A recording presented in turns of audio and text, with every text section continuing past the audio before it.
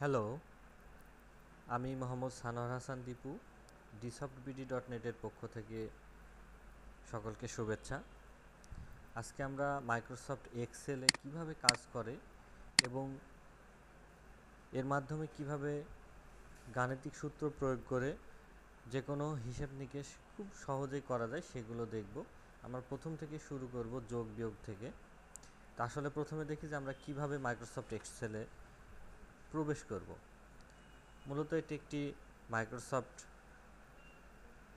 অফিসের package programme. এজন্য আমরা স্টার্টে যাওয়ার পরে অল প্রোগ্রামস, পরবর্তীতে মাইক্রোসফট অফিস এবং এর পরবর্তীতে মাইক্রোসফট অফিস এক্সেল। যেহেতু আমরা 2007 ভার্সনে কাজ করছি সেহেতু আমরা মাইক্রোসফট অফিস এক্সেল 2007-এ ক্লিক করব।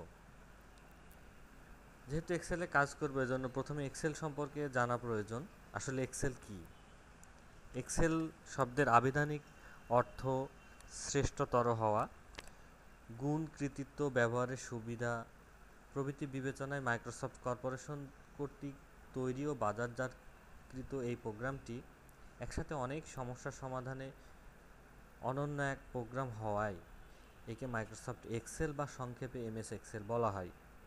এই প্রোগ্রামটির মাধ্যমে গাণিতিক হিসাব নিকেশ, তথ্য ব্যবস্থাপনা, পরিসংখ্যান ভিত্তিক ডেটাবেস তৈরি, তথ্যকে আকর্ষণীয় করে উপস্থাপনা করার ক্ষেত্রে চার্ট বা গ্রাফ তৈরি করা ছাড়াও অনেক জটিল কাজকে সহজেই সম্পন্ন করা যায়। তো প্রথমে আমরা মাইক্রোসফট এক্সেলের পরিচিতিটা দেখি। আসলে একটি উইন্ডো দেখতে পাচ্ছেন। আমরা যখন মাইক্রোসফট অফিস এক্সেল 2007 এটি রান করেছি। মাইক্রোসফট অফিস এক্সেল 2007-এ এটিকে অফিস বাটন বলা হয়। এই অংশটুকু হচ্ছে কুইক অ্যাক্সেস টুলবার, এটি টাইটেল বার এবং এই পুরো অংশটুকু হচ্ছে রিবন। এটি নেম বক্স, অর্থাৎ আমরা যখন কোনো সেলে ক্লিক করব তখন তার সেল অ্যাড্রেসটা নেম বক্সে শো করবে। এটি হচ্ছে ফর্মুলা বার, যখন আমরা কোনো ফর্মুলা লিখব তখন ফর্মুলাটি আমরা এখানে দেখতে পাবো। এখান থেকে এগুলো হচ্ছে কলাম হেডিং, এগুলো রো হেডিং। এটি হচ্ছে ভার্টিক্যাল স্ক্রল বার, পুরোটা হচ্ছে workbook window. Horizontal scroll bar, এগুলো হচ্ছে ভিউ শর্টকাট। এখান থেকে আমরা জুম কন্ট্রোল করতে পারবো, এটিকে জুম কন্ট্রোল বলে, জুম ইন এবং জুম আউট। এগুলো শিট ট্যাব। সচরাচর প্রথমে মাইক্রোসফট এক্সেল রান করার পর 3টা ডিফল্ট শিট থাকে বাই ডিফল্ট, 1 2 3। এটা আরও ইচ্ছা করলে আমরা ইনসার্ট করতে পারি। এবং এটি হচ্ছে স্ট্যাটাস বার। যাই হোক, এতক্ষণ আমরা মাইক্রোসফট এক্সেলের পরিচিতি দেখলাম, যে আসলে মাইক্রোসফট এক্সেলের কোন অংশ দিয়ে কি কাজ করা যায় এবং এগুলো এক একটি অ্যাক্টিভ সেল। এই অ্যাক্টিভ সেলে আমরা আমাদের অঙ্কগুলো লিখব এবং এখানে অ্যাক্টিভ সেলের ভিতরেই ফর্মুলা লিখতে হয়। যাই হোক, প্রথমেই বলে রাখি, মাইক্রোসফট এক্সেলে যে কোনো ফর্মুলা প্রয়োগের শুরুতেই সমান চিহ্ন দিতে হয়, তার পরবর্তীতে ফর্মুলা লিখতে হয় এবং সবশেষে এন্টার প্রেস করতে হয়। প্রথমে আমরা একটি যোগ করা দেখব। যোগের মূল ফর্মুলাটি হচ্ছে সমান সাম, এরপর প্রথম সংখ্যার যে সেল অ্যাড্রেস, পর কোলন দিয়ে শেষ সংখ্যার সেল অ্যাড্রেস এবং ব্র্যাকেট, দুটো সেল অ্যাড্রেসই ব্র্যাকেটের ভিতরে দিয়ে এন্টার প্রেস করলে আপনি যোগফল পেয়ে যাবেন। ধরুন 35, 40 ও 50 এই তিনটি সংখ্যা যোগ করবেন। এই তিনটি সংখ্যা যথাক্রমে আমরা A1 সেলে 35, B1 সেলে 40 এবং C1 সেলে 50 লিখেছি। তাহলে যেই সেলে আমরা যোগফলটি রাখতে চাই সেই সেলে কার্সর রেখে ফর্মুলা বারে বা ওই সেলে ফর্মুলা লিখে এন্টার দিতে হবে। সুতরাং প্রথমেই আমাদের সমান চিহ্ন দিতে হবে, এরপরে সাম ফার্স্ট ব্র্যাকেট প্রথম সংখ্যার সেল অ্যাড্রেস, এটি হচ্ছে A1 কোলন শেষ সংখ্যার সেল অ্যাড্রেস অর্থাৎ C1 ব্র্যাকেট ক্লোজ করে এন্টার প্রেস করতে হবে। আমরা আমাদের কাঙ্ক্ষিত ফলাফল পেয়ে গেছি এবং এই ফলাফলের উপরে ক্লিক করলে আমরা ফর্মুলা বারের মূলত পুরো ফর্মুলাটি দেখতে পাবো এবং এটির আউটপুট হচ্ছে D1 সেলে 125 অর্থাৎ 35, 40 এবং 50 এই তিনটি সংখ্যার যোগফল কিন্তু 125 হবে। যদি 35, 40 এবং 50 সংখ্যা তিনটি যথাক্রমে B2, B3 বা B4 সেলে থাকে এবং যোগফল যদি আমরা F3 সেলে রাখতে চাই সেক্ষেত্রেও আমরা এই একই ধরনের ফর্মুলা প্রয়োগ করতে পারি। এটি আমি মুছে দিচ্ছি। এখন B2 এই সেলে 35, B3-তে 40 এবং B4-এ 50। আমরা ফলাফল চাচ্ছি F3 সেলে, সুতরাং F3 হচ্ছে এটি হচ্ছে F3। আমি এখানে ক্লিক করেছি এবং নেম বক্সে মূলত সেল অ্যাড্রেসটা শো করছে। এখানে ফর্মুলা যদি আমরা লিখি ইজ সমান চিহ্ন দেওয়ার পরে সাম ফার্স্ট ব্র্যাকেট প্রথম সেল অ্যাড্রেস অর্থাৎ B2 কোলন শেষ সংখ্যার সেল অ্যাড্রেস B4। এখন ব্র্যাকেট ক্লোজ করে এন্টার প্রেস করলেই সেই একই ফলাফল আসছে অর্থাৎ 125।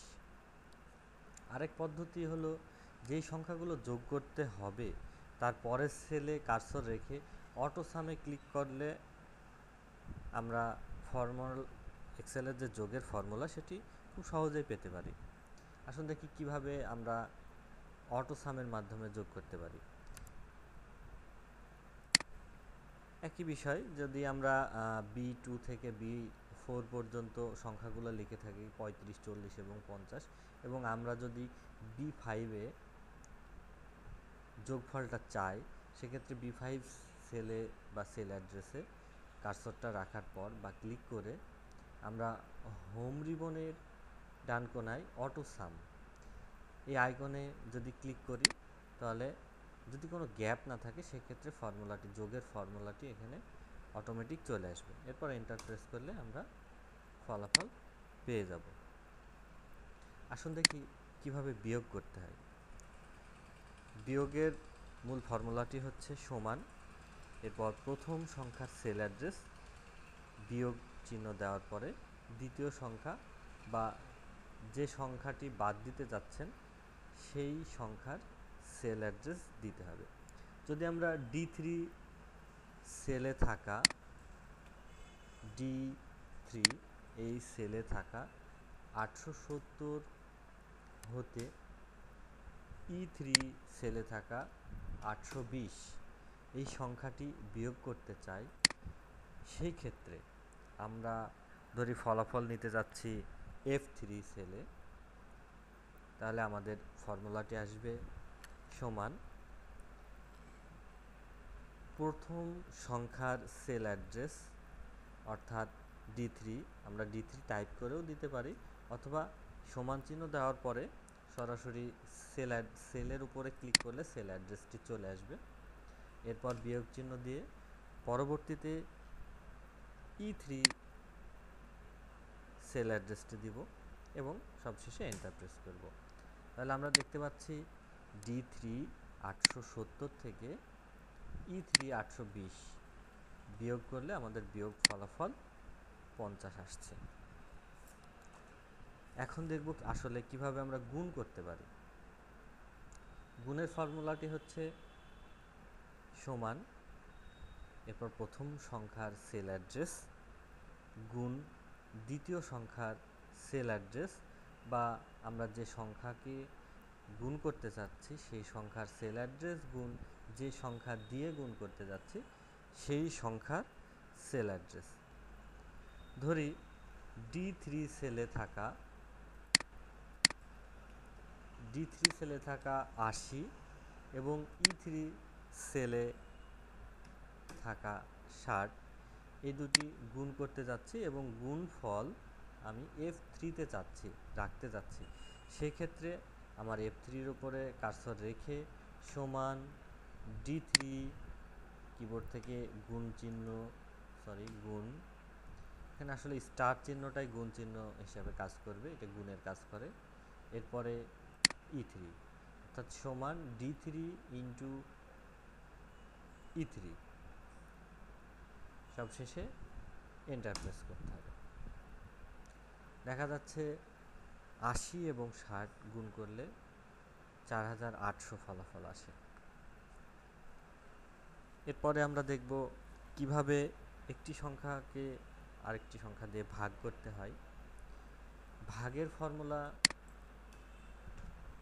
সেটি হচ্ছে প্রথমে সমান, প্রতিটি এক্সেলের সূত্রের শুরুতে সমান দিতে হবে, অর্থাৎ প্রথমে সমান প্রথম সংখ্যার সেল অ্যাড্রেস ভাগ দ্বিতীয় সংখ্যার সেল অ্যাড্রেস।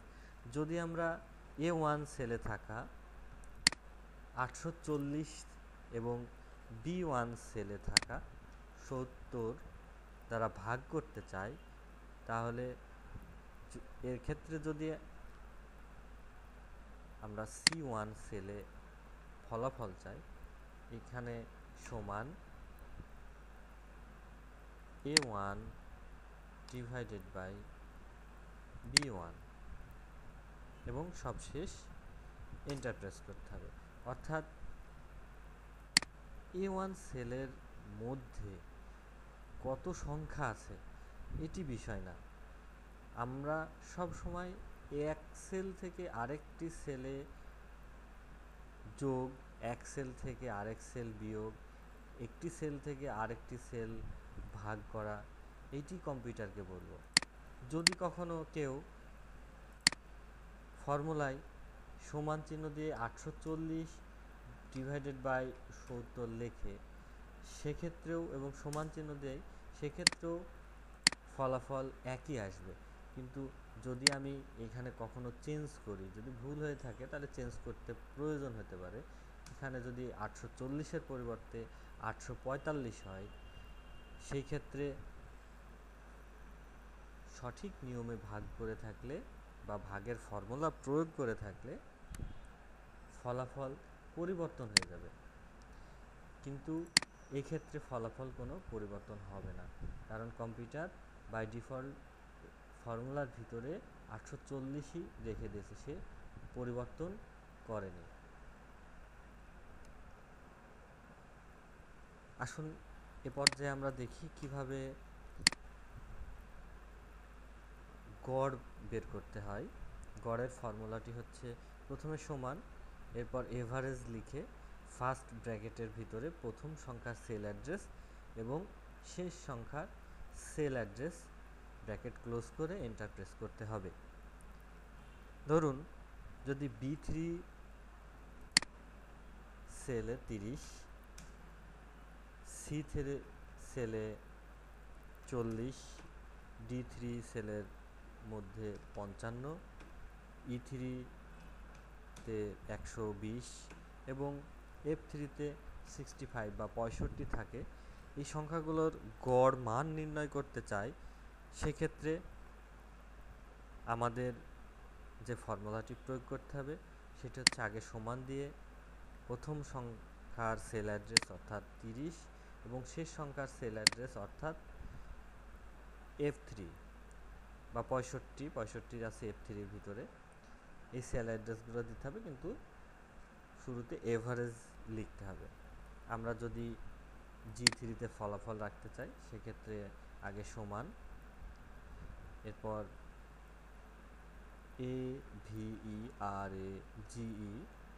ফার্স্ট ব্র্যাকেট, প্রথম সংখ্যার সেল অ্যাড্রেস কোলন শেষ সংখ্যার সেল অ্যাড্রেস এবং ব্র্যাকেট ক্লোজ করে এন্টার প্রেস করতে হবে। দেখা যাচ্ছে 30, 40, 55, 120 এবং 65 এই কয়টি সংখ্যার গড় হচ্ছে 62। আমরা যোগের ন্যায় গড়ও অটো সাম বা অটো এভারেজের মাধ্যমে করতে পারি। সেক্ষেত্রে একই নিয়ম হবে। ফর্মুলাটি আমার এখানে লেখা আছে, আমি এটা ডিলিট করে দিচ্ছি। আমার B3 থেকে F3 এখানে এভারেজের অটো এভারেজ, পূর্বে যেমন অটো সাম এর কমান্ড প্রয়োগ করেছে, এখানে অটো এভারেজের কমান্ড প্রয়োগ করব। এজন্য ঠিক একই স্থানে আছে ডি হোম রিবনের অটোসামে ডাইরেক্ট অটোসামের উপর ক্লিক না করে আমরা এখানে অটোসামের যে অ্যারো চিহ্ন আছে বা তীর চিহ্ন আছে, এখান থেকে এভারেজ সিলেক্ট করে দেব। তাহলে দেখা যাচ্ছে যে আমার যে ফর্মুলা, সেই ফর্মুলাটি অটো প্রয়োগ হয়ে গেছে। এখন জাস্ট এন্টার প্রেস করলে আমরা ফলাফলটা পেয়ে যাচ্ছি। আরেকটি হচ্ছে পার্সেন্টেজ নির্ণয় করা, যেটি ফর্মুলা হচ্ছে সমান ব্র্যাকেটের ভিতরে যে সংখ্যার পার্সেন্টেজ বের করব ওই সংখ্যার সেল অ্যাড্রেস গুণন যত পার্সেন্ট বের করব সেই সংখ্যা বা অঙ্ক, এরপর পার্সেন্টেজ চিহ্ন, এরপর ব্র্যাকেট ক্লোজ করে এন্টার দেব। যদি এমন হয় D8 সেলে রাখা 2500 এর 40% বের করতে চাই, সেক্ষেত্রে ফলাফল যদি আমরা D9-এ রাখি তাহলে প্রথমে সমান, এরপর ফার্স্ট ব্র্যাকেট, ব্র্যাকেট না দিলেও এক্ষেত্রে হবে, আমরা যদি ব্র্যাকেট না দিই তাও হয়। অর্থাৎ যে সংখ্যার আমি পার্সেন্টেজ বের করতে যাচ্ছি সেই সংখ্যার সেল অ্যাড্রেস গুণ, যেহেতু আমি 40% বের করতে যাচ্ছি, যেহেতু 40 লিখে 40 লিখে পার্সেন্টেজ চিহ্ন লেখার পরে আমি সবশেষে এন্টার প্রেস করব। তাহলে আমরা 2500 এর 40% পেয়ে যাচ্ছি। এর 40% 1000 হচ্ছে। সংখ্যা গণনা করা, কিভাবে আমরা সংখ্যা গণনা করতে পারি সেটি আজকে দেখব। সংখ্যা গণনার ফর্মুলাটা হচ্ছে সমান কাউন্ট প্রথম সংখ্যার সেল অ্যাড্রেস এবং শেষ সংখ্যার সেল অ্যাড্রেস। ধরি আমরা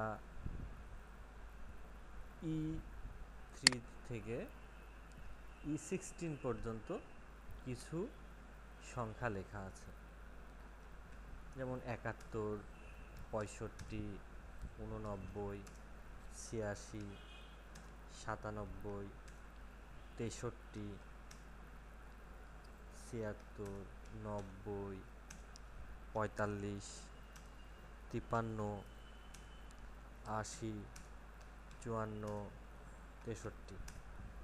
এইগুলোর কাউন্ট বের করতে চাইলে প্রথমে সমান, এরপরে লিখতে হবে কাউন্ট COUNT ফার্স্ট ব্র্যাকেট, প্রথম সংখ্যার সেল অ্যাড্রেস কোলন শেষ সংখ্যার সেল অ্যাড্রেস এবং ব্র্যাকেট উভয় দিকেই ব্র্যাকেট দিয়ে ব্র্যাকেট ক্লোজ করতে হবে। এরপর এন্টার প্রেস করলেই আমার এখানে মোট 13টি সংখ্যা রয়েছে। তো আজকে ডিসঅফট বিডির পক্ষ থেকে এতটুকুই। আশা করি টিউটোরিয়ালটি ভালো লাগবে। আপনারা প্র্যাকটিস করুন টিউটোরিয়াল দেখে, এবং পরবর্তী টিউটোরিয়ালে আরও নতুন নতুন কিছু ফর্মুলা নিয়ে DSoftBD.net হাজির হবে। সবাইকে সে পর্যন্ত অনেক অনেক শুভেচ্ছা।